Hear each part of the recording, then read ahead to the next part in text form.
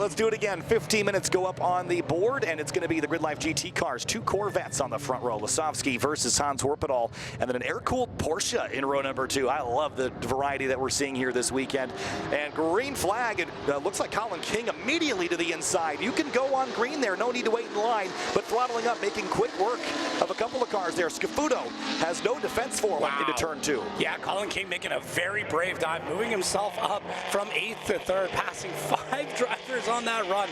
That is nuts, and now we get into the GLTC race as they get that green and the grid separating immediately. Bunch of cars caught sleeping there. We're 3 wide already. Peter Zhang on the outside. They just had to replace a shock. One of the BMWs did not go, and it creates a stack up that Azimuth Muhammad gets stuck in behind, but into turn 1, it's Rosenberg on the outside of the 272 of Ross. Yeah, pretty clean as our two competitors going head-to-head, coming all the way through that section. It looked like Ross kept that lead as we flip back into our GLTC,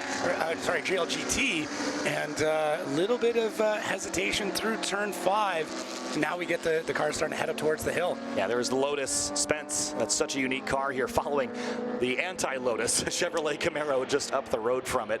And of course, Stephen Bright in that number 63 350Z. The Eibach GLTC cars now up at turn 5. Ross leads Rosenberg, so was able to complete that pass as we head up the hill.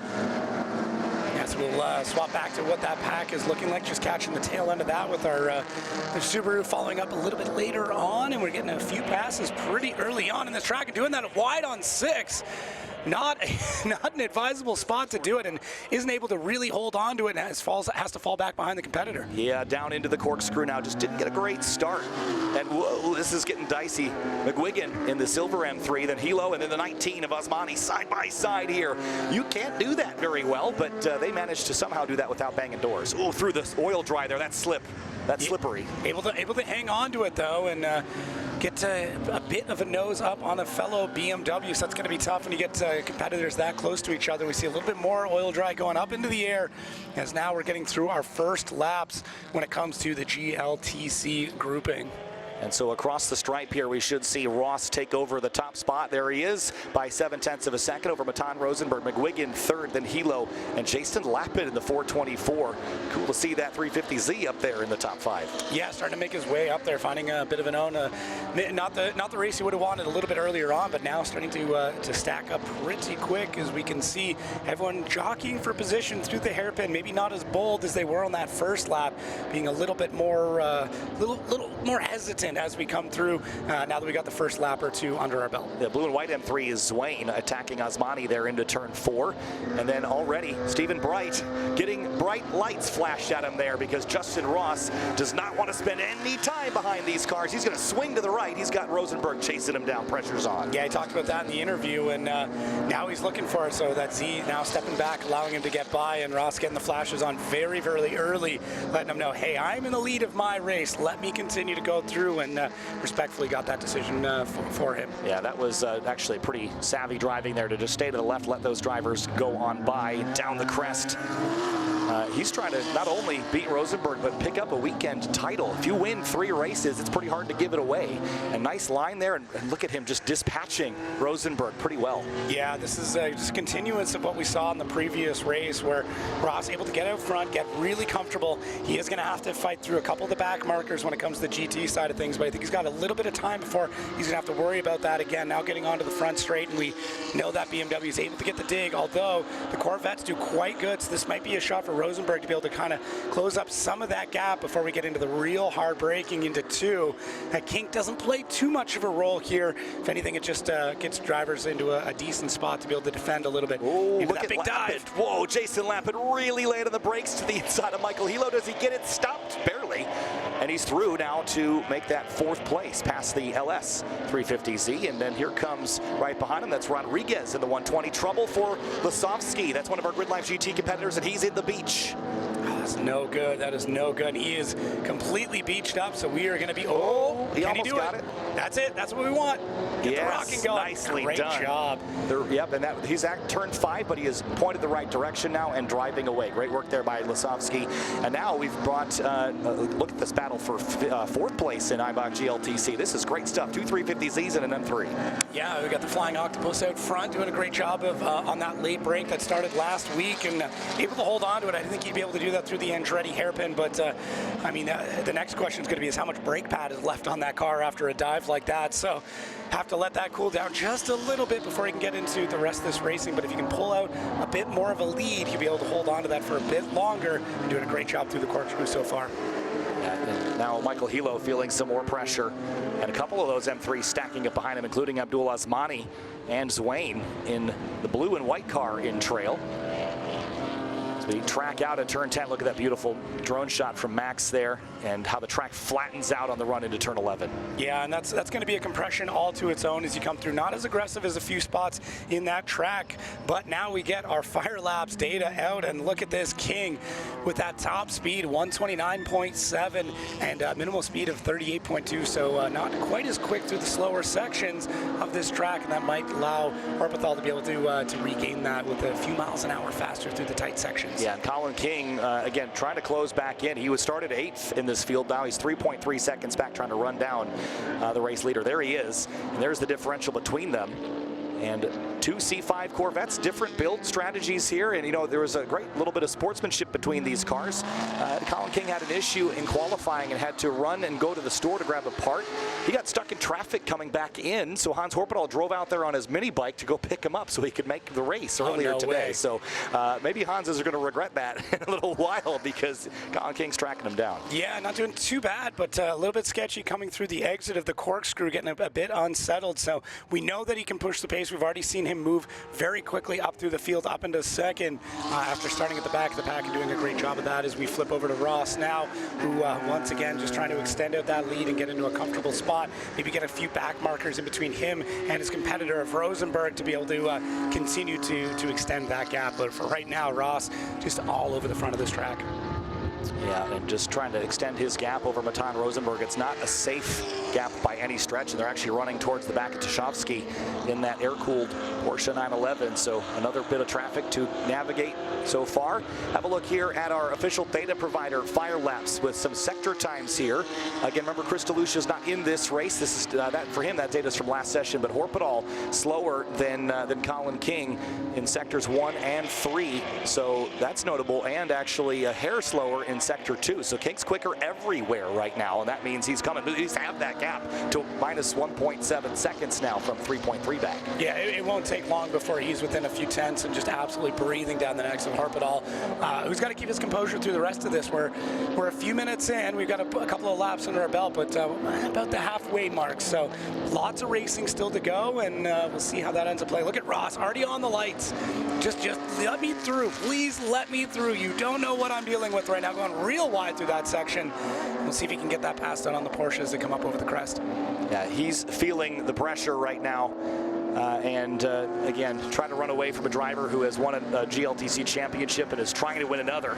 He's really going to try to get by this Porsche, but he's not going to. This is great for Rosenberg. Yeah, this is what Rosenberg would hope. So as they come through the corkscrew, back on the flashers, that left hand's getting a lot of work, and now he gets that lane to be able to blow by, and we'll see if the Porsche slides back in behind him, which it looks like he does, which is absolutely terrible for Rosenberg, who now has to fight through the exact same traffic that he saw his competitor go through. Oh, Oscar Jackson is slow on the run up to the corkscrew. Not sure if he's nursing an issue, but looks like Jonathan Lugod got on by.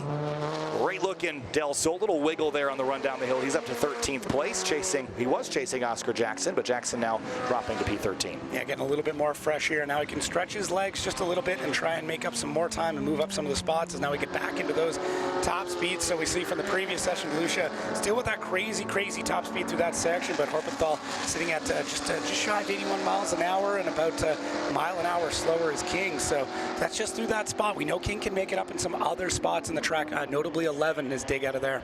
Yeah, Colin King, again, that car is a straight line weapon, but just a mile an hour difference. It's pretty close. And as they track up towards the corkscrew, one of the Eibach GLTC cars is going to get between them here, and it's going to hold up King just a little bit as they run down the hill. I wasn't sure what was going to happen there. It looked like King wanted to make that dive before the corkscrew, but wasn't able to, as now Horpethal having to, getting the opportunity to continue that gap. But it looks like King did get that pass coming out of the exit from the corkscrew, and this is the spot where he's really going to make up that time. He's going into turn 11. You'll see he'll close up the gap pretty quick and should get a great launch from the exit, going pretty wide, and there it is. And now he'll try and shoot down and try and get that slipstream behind him and get as close as he possibly can going into the Andretti hairpin. Well, again, I saw Colin King be so aggressive on the brakes, and because these cars are carrying fire links, we can have a look at their braking performance and see the difference between them. Look at this. Well, it doesn't look like we had lap 6 just yet. I wonder if we could try lap 5 and see if we'll. There we go. How about braking force? Look at Colin King. 0.3 Gs more than Hans Horpedal, and that's the difference you're seeing down into turn 11. And that's pretty substantial. Look at King getting a little bit squirrely coming out of the exit of that corner. We can tell what he is fighting for with this car. He's pushing this to the absolute limit to try and keep up with Horpedal, who's very, very sturdy out front. I'm not seeing any real mistakes from him. He's just so tiny throughout this entire lap. And King, as the time starts to tick down, is going to get a little bit more desperate, knowing that his chance to get this pass done is slowly waning away as the seconds tick down. Well, they're about to put Stephen Bright a lap down, another GT competitor, so that as an in-class car. So you see the brake lights there, and that's just to reset the brake pads against the rotors there. They call that brake pad knockback. And if you ride the rumble strips, it actually shakes. There's a lot of flex in this. Oh, he's going to get held up here. Here comes King, splitting them 3 wide, and they're side by side. King takes the lead away. Wow, what an opportunity there is your competitor getting through that back marker, and Horpedal, he's going to have some feelings about that situation. They're we have to have the cameras in the pits when he clocks up there, because that for King though, what a bold pass on opportunity, and absolutely went for it. Not many drivers would have the merit to be able to do something like that. No, that was certainly frustrating. You know, Stephen Bright couldn't hit the disappear button there, but it looked like he tried to get out of the way, and generally it's just easier if you just keep on the racing line rather than try to get out of the way. It's just hard to disappear. Look at King on the brakes. He's sideways on the binders trying to get that thing stopped. He's putting so much more energy into his brakes here with just about 3 minutes to go. Yeah, so now for Horpedal, he's going to sit in that slipstream for a little bit. Both these competitors able to punch through the air quite well with this chassis, and for Horpedal now, he's got to be a little bit more aggressive, and he is. Look at the exit from that. That is not something we've seen until this lap, and this is where we start to find the panic go in, the heartbeat goes up, the palms get a little bit sweaty, and you start driving in ways that may not be the most proper, but desperation comes in, and you're going to start trying for things that you haven't done before, because now we're fighting through a couple more back markers at Subaru. Horpedal having to go a little bit wide, King getting the tighter line. This is getting really interesting. Traffic giveth and traffic taketh away. Let's see if Hans Horpedal can close in on the run up to the corkscrew here. An Integra on the right, and they're going to stay well out of the way here as we head up into that 4-story drop. Horpedal got to trust those brakes a little more. He had issues with them at Lime Rock, but he's right on top of Colin King as they head down the hill. Yeah, King looking now out front, very, very sturdy in that lead spot. So for Horpedal, he's going to have to try something a little bit desperate. And I mean, it's crazy how quick the rolls swap and the driving swaps. King very, very comfortable out front, kind of used to being in that spot, but is no stranger to fighting for the back of the pack as we check back in on Ross, who's just continuing to extend that gap, although on that last lap only sitting 2.5 seconds. So he's definitely using those flashers at every chance he's got to make sure he can extend the gap out at any point in time. Rosenberg doing a good job of keeping into it, but getting a little crazy there under braking. This will be the last lap. They're coming to the white for the Eibach GLTC cars. 1.5 seconds between these two, just a 1/10 between King and Horpedal in GRIDLIFE GT. And Matan Rosenberg, I think he knew this wasn't just going to be an easy win all 4 races, but I don't think he realized Justin Ross was going to be quite this good, and he's got a long way to make up in the next 2.2 miles. Yeah, that is going to be a tough go. Your only hope, I think, for right now is that Ross does something a little out of character and takes a corner a bit wide or gets a little squirrely coming out of potentially out of 2, but I can't see that happening. Ross is just so tidy, got out front, just locked in, and for Rosenberg, not able to find the pace. Hoping to make it up in the straightaways, but just never really came to fruition on these laps. Yeah, he's trying everything he can. See Tashovsky with the lap pickup there, and here's your lead battle in GRIDLIFE GT. Hans Horpedal is going to be hot under the helmet right now, clawing his way up the hill, trying to close in. See, checking the brakes because he's going to lean on him into the corkscrew. Yeah, this is kind of it for him. He's got a few corners left to really make that dive, but really King is extending that lead at every opportunity. There's one back marker they might have to fight through here. but there's still a bit of a gap. So maybe King will start to use that to his advantage, try and get the pass in really quick.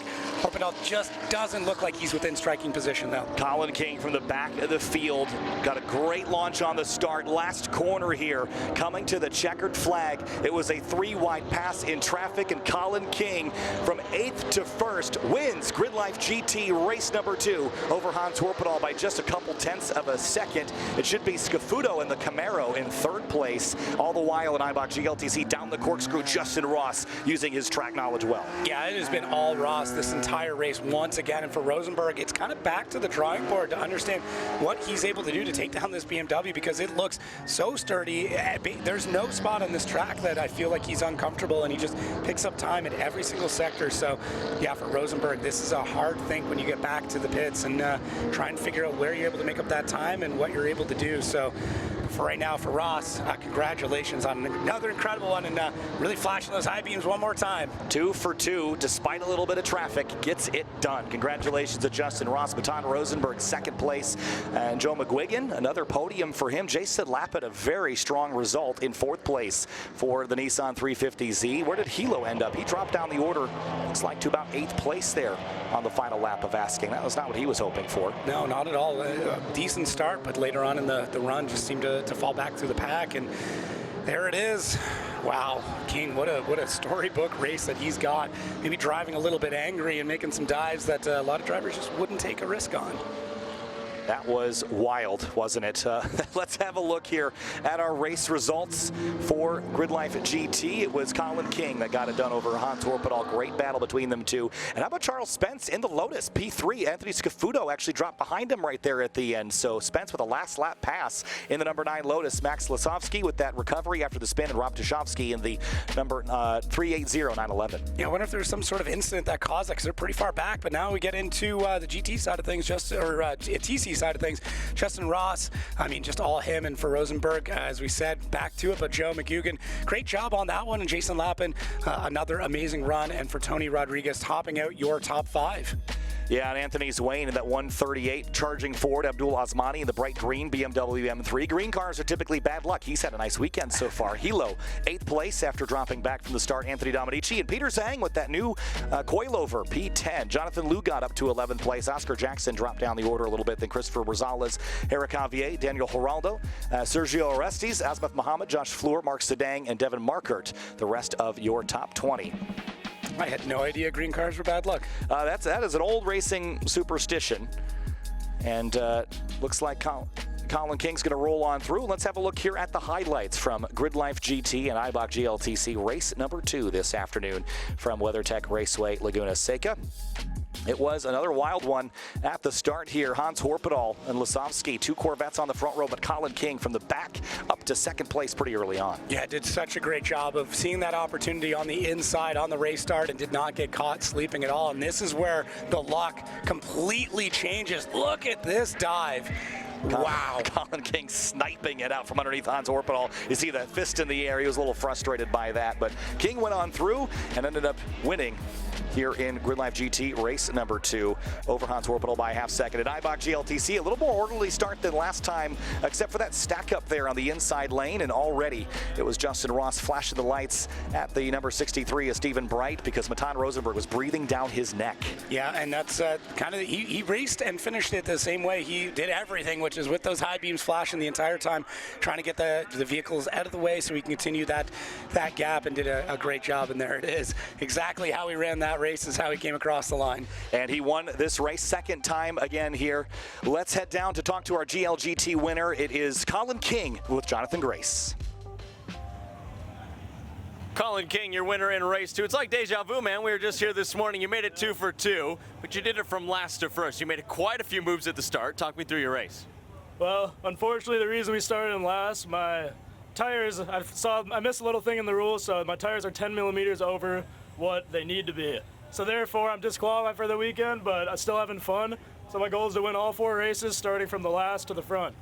Well, you're halfway there, man. You're well on your way. Is it possible for the second half? Hopefully, tomorrow will tell. It's a pretty darn good start. 2 for 2 to open up the GRIDLIFE racing. Yeah, thanks, Jonathan. And yeah, unfortunate misread there on the rules, Jacob, and that means that he'll be DQ'd, but he's going to keep winning these races unofficially. It'll be given to Hans Horpedal because of the disqualification. So out here just for fun, I suppose, but you got to read those rules once over and once again after that. I say do a little tire shopping. I don't think that 10 millimeters is going to be enough to really set him back. So I don't know. I'd start poking around the pits, maybe see if you can grab another set of tires, see what somebody's got out there. There's a few Corvettes. I'm sure something meets the rules, and get back out there.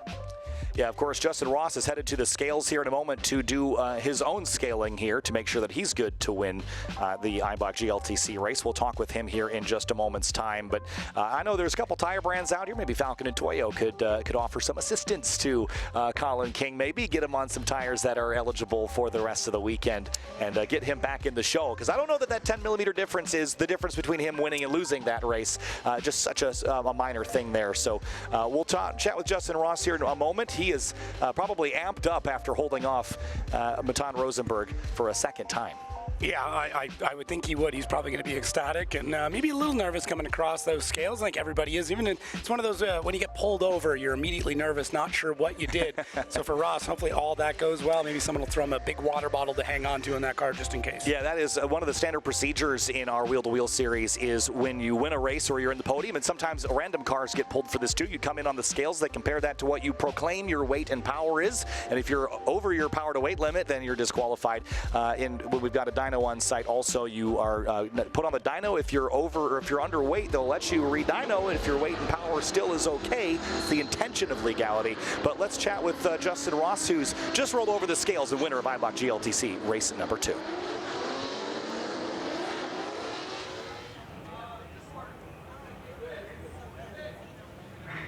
Your Eibach GLTC winner, Justin Ross, making it 2 for 2. I know you said it wasn't easy this morning. Was it any easier in the second race? No. I mean, conditions were a little bit, track was definitely not fantastic. We all had to deal with it at the beginning, so it was tiptoeing a little bit at the beginning and then set the head down, gave it a charge, and finished it up. So pretty happy.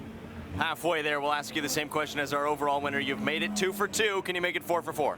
It's going to be the shot, so we're going to try it and see. I might play race 4 conservatively if we win race 3, so we'll see what happens. Well, congratulations on a pretty darn good start to the weekend, guys.